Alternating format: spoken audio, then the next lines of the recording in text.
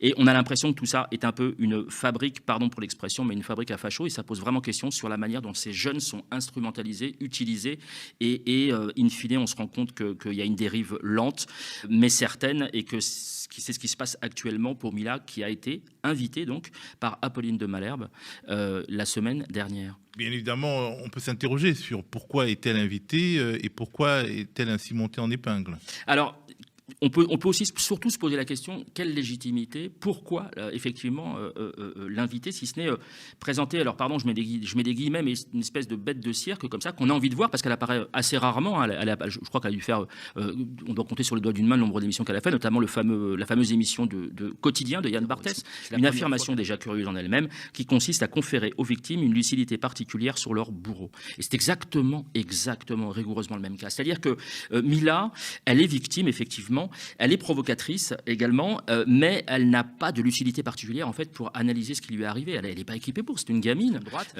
Et si je devais prendre un dernier exemple, c'est celui-ci. On va voir un passage donc chez Apolline de Malherbe où elle parle de la burqa et de ses copines maghrébines évidemment, qui pour pas être embêtées mettraient la burqa pour aller à Châteaurouge. Alors quand on connaît le quartier de Châteaurouge à Paris, ça fait doucement sourire. Donc là on est vraiment dans de l'islamophobie qui sert de rempart, comme je l'avais déjà expliqué une fois. Alors, en fait c'est du racisme anti-arabe pur et dur. Et ça, je trouve que de ne pas le préciser de la part d'Apolline de Malherbe, c'est un petit peu problématique. Je vous laisse écouter cet extrait. Que ce soit des jeunes filles qui sont dans les quartiers, qui peuvent pas forcément s'habiller comme elles le souhaitent. Moi, rien que dans mon entourage, j'ai des copines qui me disent, pour aller dans certains endroits, pour être acceptée avec telle personne, pour traîner dans certains quartiers, je porte une burqa et personne me fait chier. Le problème, c'est que avec ce genre de dictat, avec cette charia qui s'impose avec tellement de facilité finalement, il y a des Samaras qui se font tabasser. Ce que vous combattez, Mila, c'est cette pression considérable, comme vous, si j'en crois ce que vous dites, y compris sur certaines de vos copines qui disent « En fait, je porte même la burqa pour juste qu'on me laisse tranquille, pour pas qu'on me fasse chier, pour reprendre votre mot ». Quand elles vont acheter leurs extensions dans des quartiers afro, elles sont obligées de s'habiller de cette façon-là pour pas avoir de problème.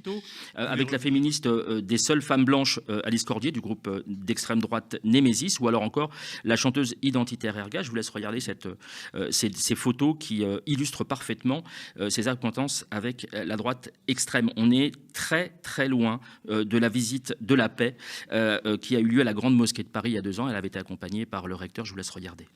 Donc on va commencer la visite par ce beau minaret que tu vas grimper. Ça c'est le minaret. Ouais. Et on va aller en haut? Ouais. Avoir ressenti presque une forme de manipulation également au moment de votre affaire. Médiatiquement, vous n'étiez pas très à l'aise et vous avez l'impression qu'on vous a fait dire des choses. Qui vous a mis cette pression ? Qui m'a mis cette pression, c'est beaucoup de personnes autour d'Emmanuel Macron. C'est beaucoup de chez les Républicains. Mais notamment beaucoup qui ne me l'ont pas mis cette pression-là. Des personnes qui ont toujours été respectueuses de mon libre arbitre. Beaucoup de macronistes que je peux pas dire que je fréquentais avant, mais qui m'avaient récupéré politiquement et qui venaient me dire mais surtout évite la récupération politique de l'extrême droite. Ils sont malsains. Et on m'a même dit, tu sais, j'étais jeune, il y en a qui vont essayer de te tuer.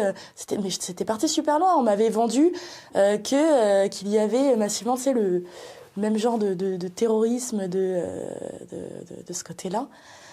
C'est que demain, après-demain, une nouvelle Mila, un nouveau Amin El Khatmi peuvent surgir de nulle part et se radicaliser comme c'est le cas là, sans qu'il y ait de conséquences et sans que personne, et c'est là le problème, n'ait de compte à rendre. Son profil raciste, c'est autre chose, mais je n'en veux pas à Mila sur ce coup-là. Je pense qu'elle s'est fait encore instrumentaliser. Je pense souvent au célèbre film Fricks, avec ce directeur de cirque qui va utiliser des gens qui ont des problèmes physiques, des sœurs siamoises, l'homme tronc et compagnie, qui va les exhiber dans un cirque et vont finir par se révolter contre ce fameux directeur qui les utilise. Je pense souvent à cette image parce que ça me fait vraiment penser à ça. Le parallèle me semble pas saugrenu.